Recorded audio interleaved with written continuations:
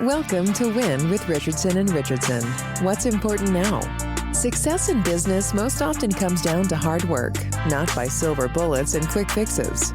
It's knowing where to focus that hard work that's key to winning. Join sales prospecting expert and 3-time seven-figure business founder Carrie Richardson and managing partner of R&R Consulting and former owner of Doberman Technologies, Ian Richardson, for radical honesty regarding strategic planning, accountability, and execution that will get you the systematic results you're working toward. Let's get into today's episode. Thought leader and your host, Carrie Richardson.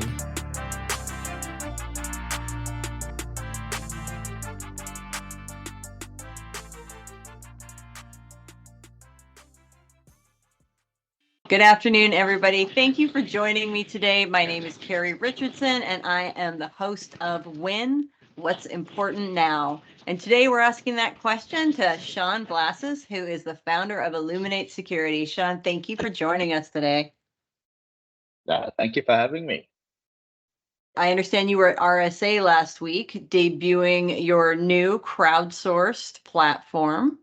Tell me about the journey to creating a crowdsourced threat hunting platform. I've been in the detection and response space for close to 20 years now as a practitioner.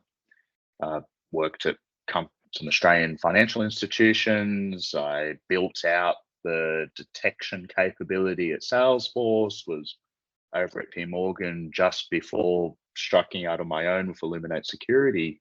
Over the last couple decades, we as an industry have been doing the same approach to trying to solve the problem of identifying compromise and hackers over and over again, yet expecting a different result. A lot of people at RSA or in our industry in general, I don't feel like we're winning. We haven't really moved the needle with regards to actually making things better. Many organizations are unable to attain and retain the key talent needed to actually make a difference. About a decade ago, you had companies like BugCrowd and HackerOne and others in the offensive side of security make a significant impact on the ability to identify vulnerabilities and do it in a cost-effective fashion, where a company now has access to the world's industry of pen testers and bounty hunters, and yet we've not done the same thing on the blue team side. We could continue to just do it the way we've always done it. That is not why I started my business. And what we have done, create what we call the Blue Hat platform, where we will take customers' anonymized logged and tokenized usernames and basically make the data safe and secured while still maintaining the value from a security perspective for a detection engineer, an intel analyst, a threat hunter for logs to be able to do what they do best. So we take the same business model that was applied on the offensive side and apply it on the defensive side, where now, if you're a company or you're a SOC manager or a CISO, whatever, what have you, do you want to settle for the people that you can either hire yourselves or what your vendor service provider can attain and retain, and hopefully they don't get poached in the meantime, or get access to hundreds, one day thousands of hunters and detection engineers that can keep their day jobs and yet still make money on the side and be rewarded both financially? That's what led me to this point. We came out of stealth in September of 2023 and busily breaking into different markets and doing all the things an early stage startup does. You'd mentioned you worked in security prior to founding Illuminate. You said, I didn't start my business to do that. What did you start your business to do? I like solving problems. In the majority of my career, I've been a builder. So whether it was at the Commonwealth Bank, building their banking malware and phishing prevention platform, we built that in-house. Going to Salesforce, being a builder as well, we built out tech to solve a problem for the scale of one of the largest SaaS providers. I built the detection engineering team there, which when I left was over 40 people, and that is very expensive. But it doesn't solve the problem of actually going and making a significant difference in our ability to defend organizations. Prior to this, I was at JP Morgan in a strategy and architecture role for their global security operations center. They've got a lot of people like in their security team, and they are like one of the most important financial institutions on the planet, given their size and critical infrastructure to support economies around the world. Budgets are not their concern in comparison to other organizations, but it's still a challenge. And I would say that the challenges that the biggest end of town face and the smallest end of town are fundamentally, thematically the same. Keeping talent, attracting talent, and delivering a security control that is a heavy mix of service, i.e. people, and technology. And how can you build anything that is going to last? You are trying to build a house on shifting sand because people get poached, technology gets shelved, or vendors get acquired and whatnot. And so as a CISO or a CIO, CTO, whoever, unlike buying a firewall technology, you buy it, it works, you'll use it for the next period of time. But in the security operations space, it's as much an art form and reliant on expertise as it is the technology that they need to do their job. And so back to being a builder or a problem solver, I want to solve this problem. I could try and hire talent and keep them, and I would be no different than the status quo today. And yet now I have more detection engineers and hunters on our platform and ecosystem than any company would ever hope to hire internally by an order of magnitude. And it grows daily. I look forward to seeing where it goes. One of the things you pointed out was that you worked for an organization that had, as a quote, all the budget in the world for security. What was it like starting a business where now it's coming out of your pocket? This is your problem. This is your spend. It has been a fun shift over to this model, not something walked into blindly. I think, mentally that it's going to be a challenge, build value proposition, identify what your customer target profile is. And I think for us, at least, and I'm sure many other founders, you want to make as many mistakes as quickly as possible to figure out what works for you. We've had those, like all the others, when trying to figure out who is our target buyer. We thought it would be certain folks. It turns out it's not. We thought around different types of partnership opportunities, only to realize, beyond the value proposition, which is basically we can do it better and cheaper without the detriment to the better. You'd find out that, say, in the reseller space or in a managed service provider space, the approach is to be a bundled extra SKU versus trying to be a white labeled approach, because the margins are so tight for what they're already selling. Us being a better way for an organization, an MSP, to deliver threat hunting doesn't resonate versus, it's just an extra SKU they can sell and pass those costs on directly to the customer. And I think the main surprise for us, and I'm guessing a timing thing, was when we started looking at the investment opportunities. And last year was not a good time in general. Starting to look better now, but that was probably the main surprise going into it. And that's life. You roll with the punches, and we just keep going and focusing on the value prop and then tightening up what the ideal target buyers look like. and then going after that. What percentage of your time was spent looking for investment versus building and problem solving?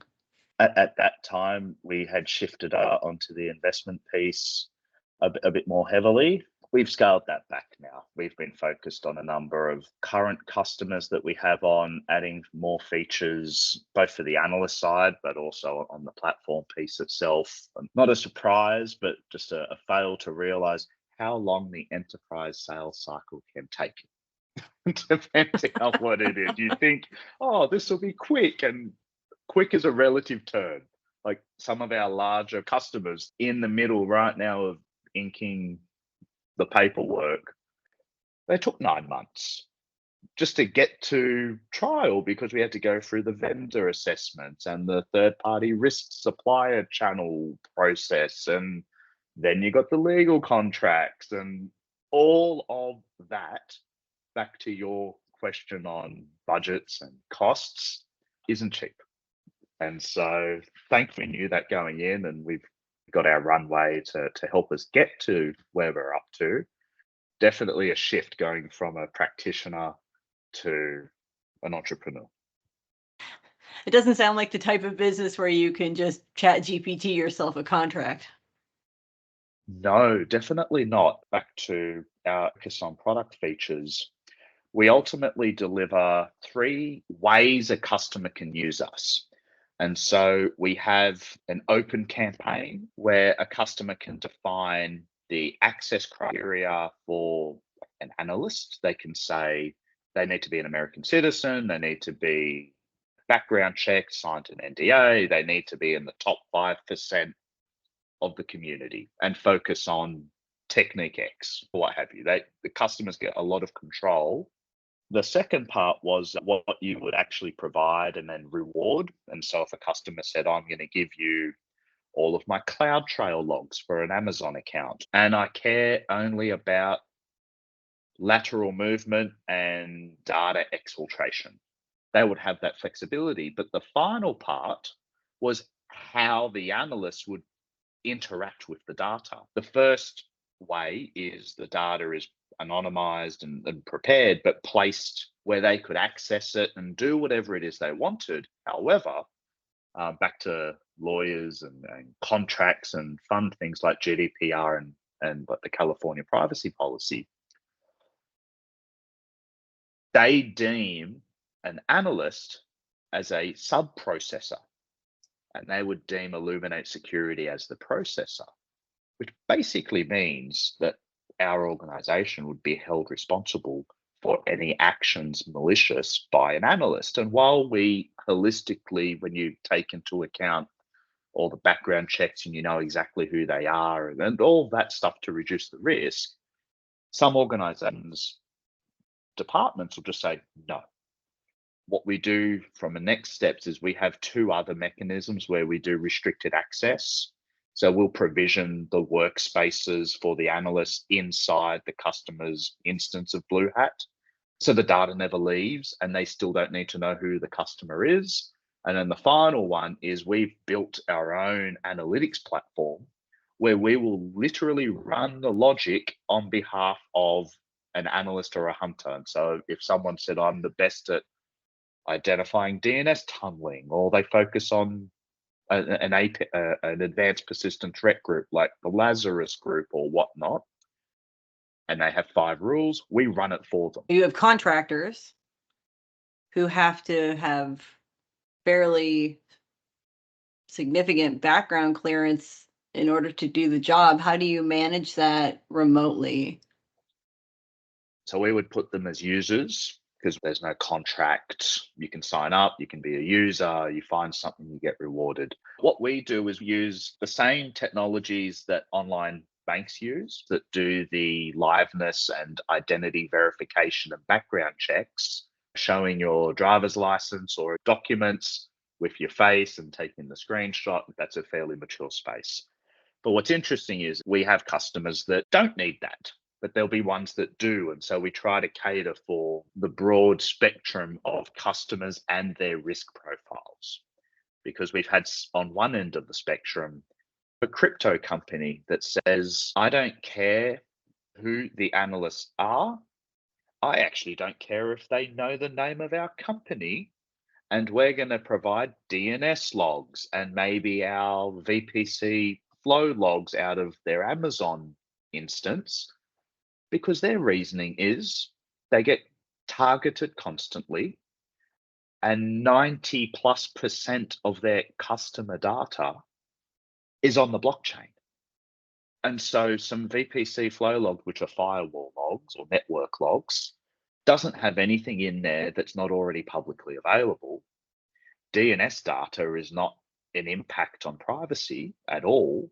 And their equation is we are significantly targeted and we want the expertise. Yet on the other end of the spectrum, you might have a financial institution that says, I want a private, non-advertised, heavily restricted detection campaign, and I want to approve every single person that joins.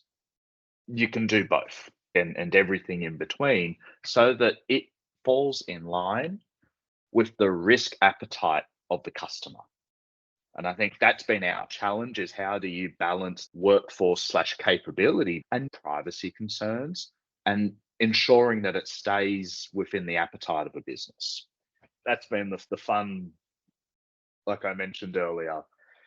Make mistakes, figure out what works, and just do it as quickly as possible. I think you can't do that unless you're in a startup or a smaller firm that's more agile and nimble, where you can just make decisions and execute, versus make a decision and then seek approval from insert large number of interested or impacted parties within a business.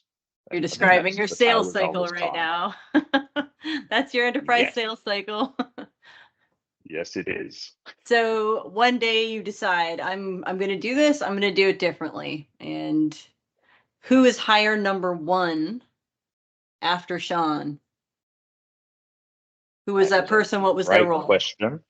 I did bring on several advisors to begin with to help round out either lacked experience and expertise that I would have.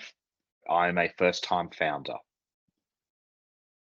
What's the best way? If I had been in sales or in business development and running organizations for the last 20 years, I wouldn't have had the idea or the product now to actually go and do it. And so balancing out like what our gaps are from an expertise, knowledge, and contacts in industry point of view.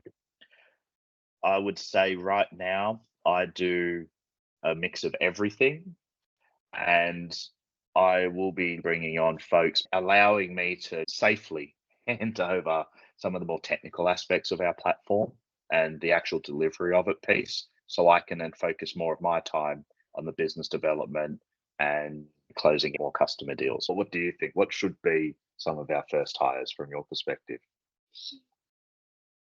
First thing I did was get rid of my accounting. I had no business experience. I don't have a college degree. And I had a wayward youth. I didn't know how to run a business. And all of a sudden I had a business. Going back to your difference between working for an organization and being your own organization, sure, I've hired staff and managed large teams, but that was a budget allocated from the business to then hire. And then when it's your own business, I think the responsibility for other people's livelihoods and the salaries that they rely upon is definitely an eye-opening experience that just makes it a lot more real at the end of the day, like of what you're doing. And, there's big rewards, but big risks at the same time for what you're doing. It's not for everyone.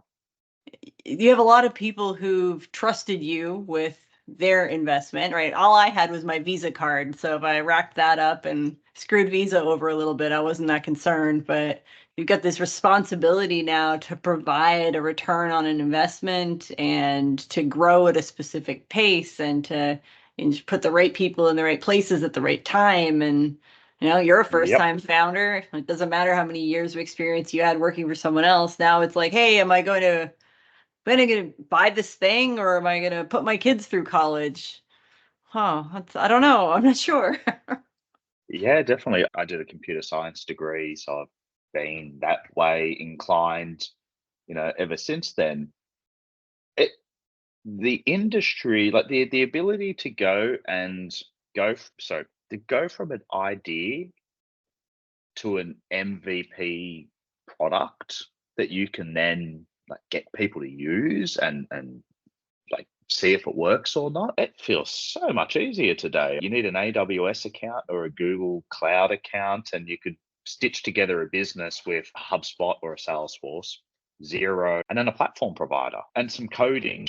I mean, hell, everyone keeps telling me to use Copilot and like the Microsoft development suite to go and just say, I want you to write this function for me, which I just can never get my head around and never will. But 20 years ago, you had to build the servers, you had to do the networking, you had to do all of the foundational building blocks. But now you just click in your AWS console. It's like, oh yeah, I would like a database of this size. Click.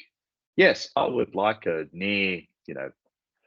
very highly scalable set of lambdas and processing infrastructure. And what's like click, click, click, and then you just got to write some code. Like it's so different now than what it was past, and we benefit from that ourselves. Like everything we do, we aim to be cloud native because it lowers our cost to serve, but it also allows what our product, if organization one had 10, being fictitious, 100 staff members, and organization two had 100,000 staff members, I don't do anything different. Like I will provision them an instance of the software like our product and the package, exactly the same for both. The only thing that's going to be different is how it's priced based on the volume and the activity, which is a massive difference today compared to what it's been in the past. And so you do see it's fun to see now that the technology is not the limitation. It's that product market fit and clearly identifying who is your target buyer and who will see the value in what you're doing. And timing and luck and all those other parts come into it as well. Now it's the survival of the fittest because of the change in the venture capital space, the change in what the customers are going after and purchasing. Organizations out there have to sink, swim, or find a buddy to go and continue to exist. It's going to be a very interesting next couple of years. And I just think we're positioned well based on the fact that we're just doing it in a completely different way. We'll see where it goes. Doing something in a completely different way can be challenging when it comes to the sales process. What do you think the biggest objection to the way that you've approached this problem will be? Oh, I can tell you what we've heard. You're 100% right.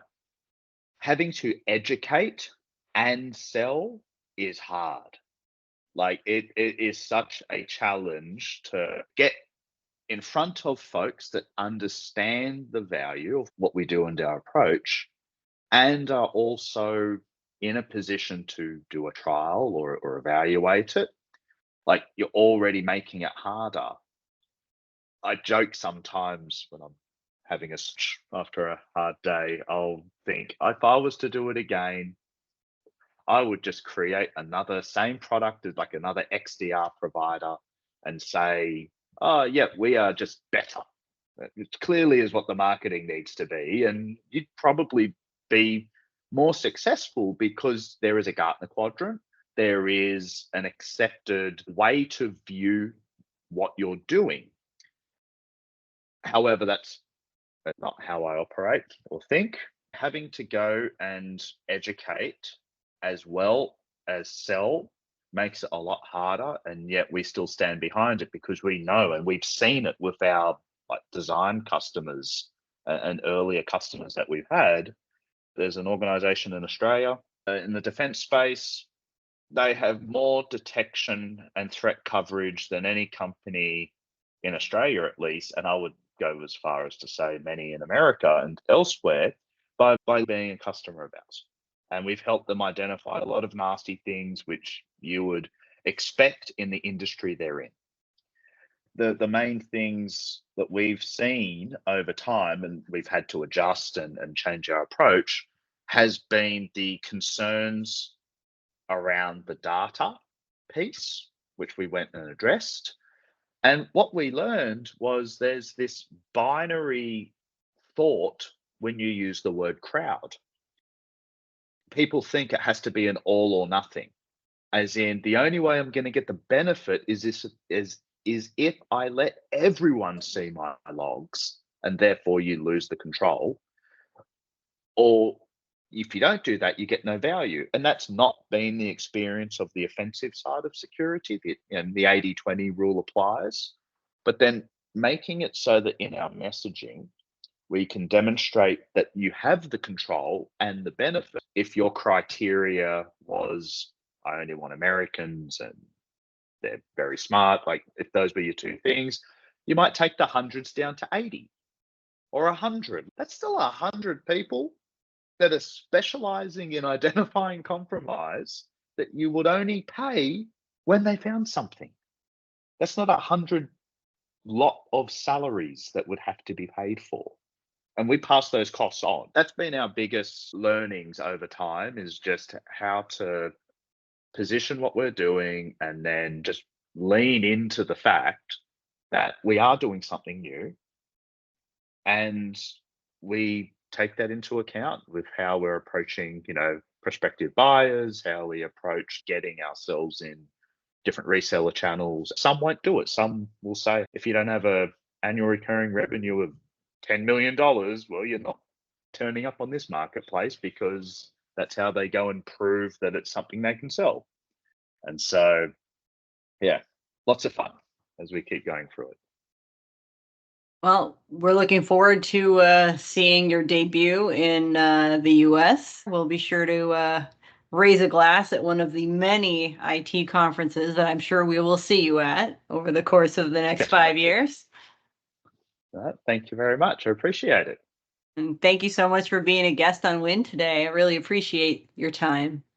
Thank you. It's been awesome. Well, have a great evening, or I guess morning for you. Morning for me, and you too. It was great chatting. You've been listening to Win with Richardson and Richardson. What's important now? We're so glad you've joined us and know you're one step closer to winning big in your business too. We'd love to connect with you outside of the show. If you have any questions or comments, please reach out to connect@rnr.consulting. Don't forget to rate, review, and subscribe to the podcast so you'll easily know when new episodes are available. Until next time, you can win, and we're here to help.